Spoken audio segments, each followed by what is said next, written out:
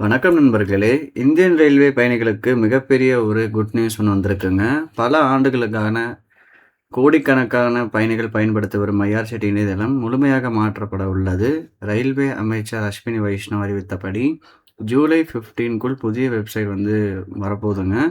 இது ஒரு சாதாரணமான யுஐ மாற்றம் அல்ல. டிக்கெட் புக்கிங் வேகம், தக்கல் அனுபவம், seat selection, server capacity, user experience மற்றும் பாதுகாப்பு அம்சங்கள் வரை அனைத்துமே நியூவா டிசைன் பண்ண போறாங்க.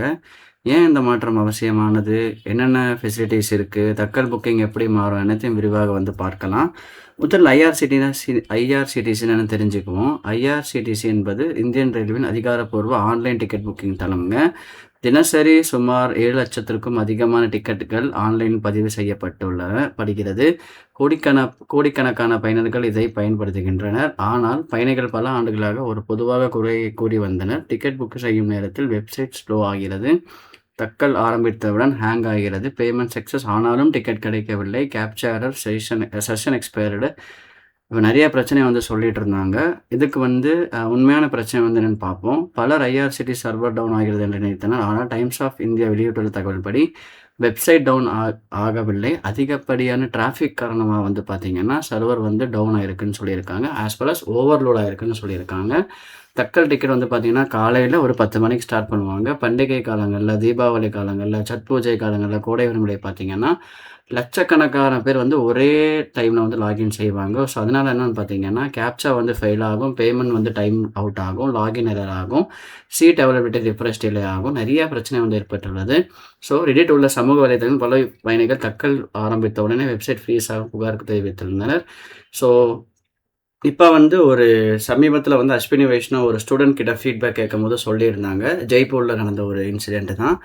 அதில் நிகழ்ச்சியில் என்ன சொல்லியிருக்காங்கன்னா, ஐஆர்சிடிசி வெப்சைட் பிரச்சனை குறித்து நேரடியாக புகார் கூறப்பட்டது. அந்த புகாரை கேட்ட ரயில்வே அமைச்சர் அஸ்வினி வைஷ்ணவ் உடனடியாக ஒரு அதிகாரிகிட்ட கேட்டு பேசினார். ஜூலை 15க்குள்ளே பார்த்தீங்கன்னா புதிய வெப்சைட் வரணும் அப்படின்னு சொல்லியிருக்காங்க.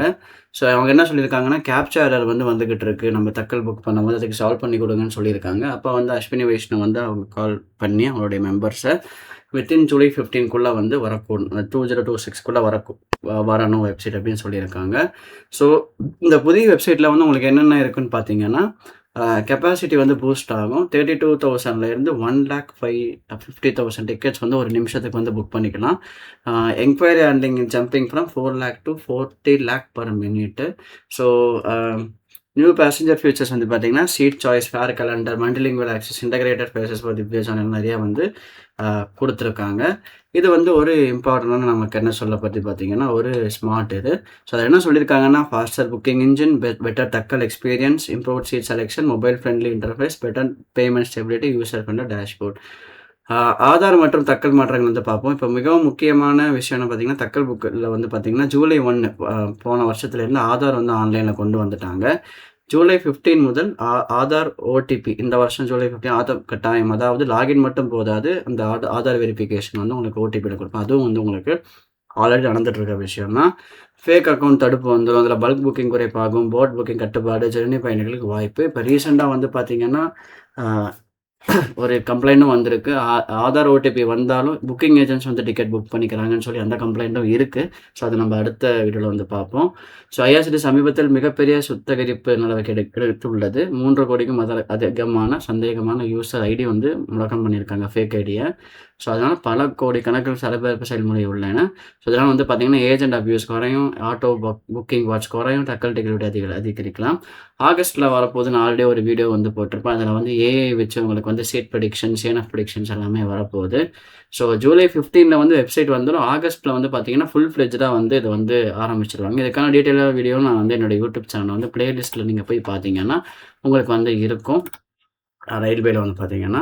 ஸோ இதில் பயணிகளுக்கு என்ன கிடைக்கும்னு பார்த்தீங்கன்னா, வேகமான புக்கிங் நன்மைகள் அண்ட் குறைந்த சர்வர் கிராஷ், மேம்பட்ட தட்கல், அப்புறம் better refund tracking, improved seat selection, அதுக்கு பாதுகாப்புங்க. ஸோ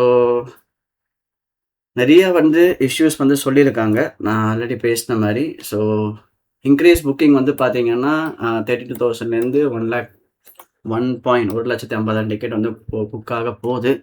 ஸோ இதெல்லாம் வந்து பார்த்தீங்கன்னா, நெறையா வந்து அப்கிரேடேஷன் பண்ண போறாங்க. பண்ணிட்டு இருக்காங்க. ஜூலை 15ல தான் என்ன அடுத்ததுன்னு தெரியும். ஸோ இதான் இன்னைக்கான வீடியோ. நாளைக்கு வந்து பார்ப்போம். ஸோ நாளைக்கு இன்னொரு தகவல்ல வந்து சந்திப்போம். So take care and bye and do like and subscribe பண்ணுங்க. So take care.